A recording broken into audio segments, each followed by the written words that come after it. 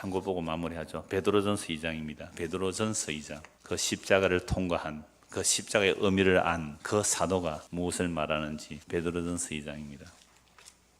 베드로전서 2장 19절. 부당하게 고난을 받아도 하나님을 생각함으로 슬픔을 참으면 이런 아름다우나. 여러분, 이걸 청년의 시간에 얘기했더니 목사님, 부당하게 억울하게 당할 때 어느 때까지 참아야 됩니까? 이 얘기를 하던데, 그럼 부당하게 고난을 받아도, 이게 옛날 성경에서는 애매하게 고난을 받아도, 이유 없는 고난이 받을 때 어떻게 하라는 거예요? 하나님을 생각함으로 슬픔을 참으면 아름다운 일이다. 그럼 우리가 부당하게 고난 받을 때 참습니까? 신경질 냅니까? 신경질을? 나는 이렇게 부당한 일을 당할 일을 한 적이 없다는 자기 의 때문에 그렇잖아요. 사소한 것으로부터 큰 것에 이르기까지 부당함을 견디지 못하는 시대예요. 조금만 부당하면 폭발해 버리는 겁니다. 교회에서도 마찬가지예요. 교인끼리 싸움이 일어나면 이거는 뭐 끝이 없어요. 하나님 팔고 예수 팔고 성경 팔아가면서도 자기가 이기겠다고 설치고 나오더라는 거예요. 그냥 좀 억울함을 당하세요. 부당함을 당할 때에 누구를 생각하라? 하나님을 생각하라는 거예요. 그래서 이는 아름다움이, 이 아름답다는 말은 각주 이해예요. 은혜예요. 부당하게 고난을 받을 때 하나님을 생각하고 슬픔을 참으면 이것이 은혜다, 이 말이에요. 부당하게 억울함을 당하는데, 애매하게 이유 없이 부당함을 당할 때 이것이 욥의 고난도 생각나고 예수님의 십자가도 생각난다면 이게 뭐라고요? 은혜다. 이게 아름다운 것이다. 왜요? 하나님이 보실 때는 하나님은 다른 것을 아름답다고 안 하시거든요. 하나님은 자기 아들의 희생, 예수의 십자가만 보시고 아름답다고 해주세요. 우리가 어떤 대단한 업적을 만들어 바쳤다 할지라도 하나님 그거 아름답다고 안 하세요. 그거 죄라 그래요. 예수 그리스도의 십자가 외에 하나님께서 우리를 아름답게 보실 이유가 없는 거예요. 예수 그리스도 십자가 피 안에 있어야 우리를 의롭다 해주시죠. 예수의 십자가 제쳐두고 하나님 나 은혜 받았으니까 이제 이거 갖다 바칠게요. 그 창한 사업을 해서 바친다고요?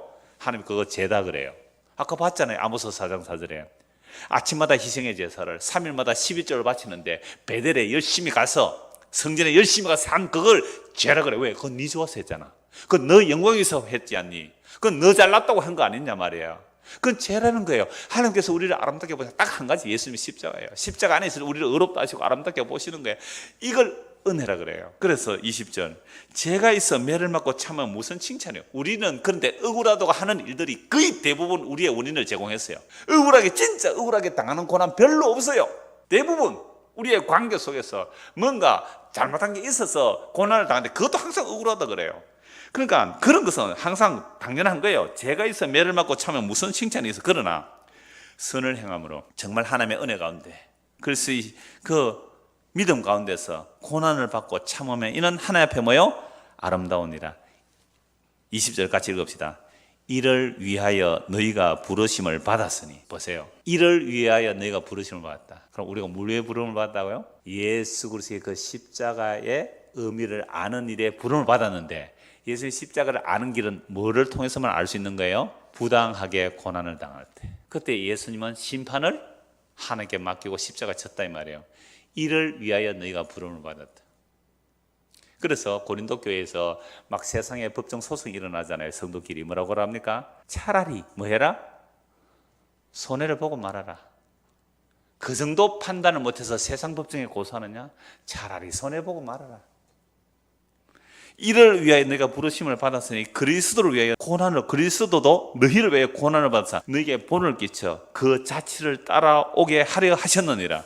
그런 죄를 범하지 아니하시고 그 입에 거짓도 없으시며 욕을 당하시되 맞대어 욕하지 아니하시고 고난을 당하시되 위협하지 아니하시고 오직 공의로 심판하시는 이게 부탁하시며 친히 나무에 달려 그 몸으로 우리 죄를 담당하셨느니라. 그래서 우리가 부당한 고난을 당할 때 누구 생각해요?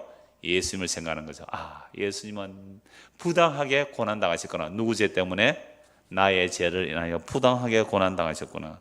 이는 우리로 죄에 대하여 죽고 의에 대해서 살게 하려심이라. 그가 채찍에 맞음으로 너희는 남을 얻었나니 너희가 전에는 양과 같이 길을 잃었더니 이제는 너희 영혼의 목자와 감독 되신 이에게 돌아왔느니라. 우리는 다 양 같아서 각기 제 길로 갔거늘 주께서 우리 무리의 죄악을 그에게 담당시키셨도다. 예수 그리스도에게 죄를 덮어 씌운 거예요. 담당시킨 거예요. 그래서 예수님이 부당하게 죄 없이 십자가 지신 그 예수를 우리가 믿는다면, 주여 당신은 나의 죄로 인하여 부당하게 고난당하셨군요. 여러분, 이게 예수 믿는 거예요. 이게 하나님을 구하는 거예요. 이게 하나님을 찾는 거예요. 그래서 우리가 진짜 하나님을 찾는다는 것은 빌다처럼 나가면 하나님을 찾으면 여러분 창대할 것이다. 그거 잘못된 하나님을 찾는 거예요. 진짜 우리가 하나님의 은혜가 임하여 하나님을 찾는다면 하나님께서 우리에게 뭘 주십니까? 십자가를 주십니다.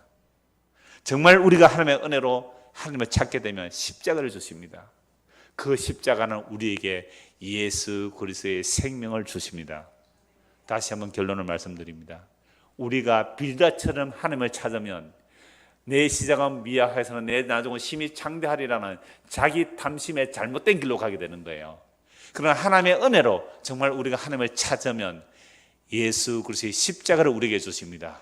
그 예수의 십자가는 우리에게 예수 그리스도의 영원한 생명을 주십니다. 이것이 주님을 제대로 찾고 구하는 자에게 주어지는 영원한 상이 됩니다. 이 은혜가 저와 여러분의 임하기를 소원합니다. 기도하겠습니다. 하나님 아버지, 우리가 그동안 하나님을 찾고 구하면 예수의 생명 주심으로 만족하고 이것이 전부임을 아는 것이 아니라 오히려 빌다처럼 내 나중에 심히 창대하려는 이런 헛된 탐심으로 주를 찾았다면 지금까지 우리의 모든 종교 생활을 회개하게 하시고 우리가 하나님 위해서 일했다고 한 모든 것들도 회개하고 정말 빈손으로 예수 그리스도의 십자가만 붙들 수 있도록 은혜를 베풀어 주옵소서. 예수 그리스도를 받들어 기도드리옵나이다. 아멘.